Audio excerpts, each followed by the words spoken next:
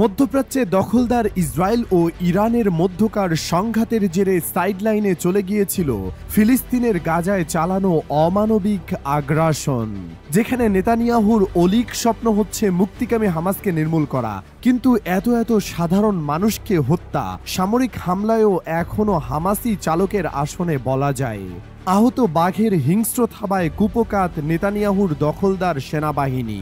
গত কয়েকদিন ধরে গাজার উত্তর ও দক্ষিণাঞ্চলে ইসরায়েলি সেনাদের লক্ষ্য করে আবারও নতুন করে হামলা শুরু করেছে হামাস সদস্যরা। এবার গাজার খান ইউনিস এলাকায় অতর্কিত বিস্ফোরণে ইসরায়েলের কমপক্ষে 7 সেনা নিহত হয়েছেন। মঙ্গলবার সন্ধ্যা 6:30টার দিকে এই প্রাণঘাতী হামলার ঘটনা ঘটে। পরদিন বুধবার ইসরায়েল ডিফেন্স ফোর্সেস IDF এই ঘটনার সত্যতা নিশ্চিত করে এবং 6 জন নিহত সেনার পরিচয় প্রকাশ করে।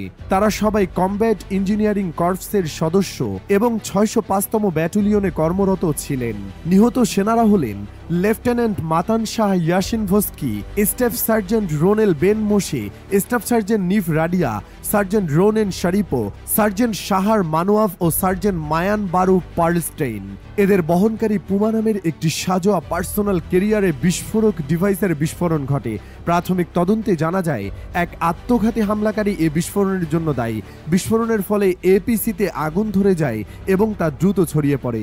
ঘটনার পর সঙ্গে থাকা অগ্নি নির্বাপক দল এবং সেনারা আগুন নিয়ন্ত্রণে আনার চেষ্টা করে। একটি বুলডোজারের সাহায্যে যানটিকে বালু দিয়ে ঢেকে আগুন নেভানো হয়। পরে ধ্বংসপ্রাপ্ত যানটিকে গাজা থেকে ইসরায়েলের ভেতরে টেনে আনা হয়।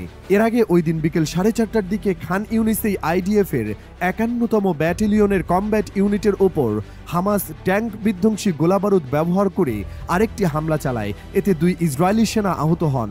তাদের মধ্যে একজন গুরুতর, অন্যজনের আঘাত তুলনামূলক হালকা। IDF এক বিবৃতিতে জানিয়েছে, হামলার জন্য দায়ীদের শনাক্তে অভিযান চালানো হচ্ছে এবং সন্ত্রাসীদের কোনোভাবেই ছাড় দেওয়া হবে না। ইসরায়েলি বাহিনী প্রয়োজন হলে গাজায় তাদের সামরিক অভিযান আরও জোরালো করার হুঁশিয়ারি দিয়েছে। একদিকে যুদ্ধক্ষেত্রে সেনা প্রাণ হারাচ্ছে, অন্যদিকে যুদ্ধের লক্ষ্য অর্জিত না হওয়ায় আন্তর্জাতিক মহলেও সমালোচনার মুখে পড়েছেন ইসরায়েলের যুদ্ধবাজ প্রধানমন্ত্রী নেতানিয়াহু।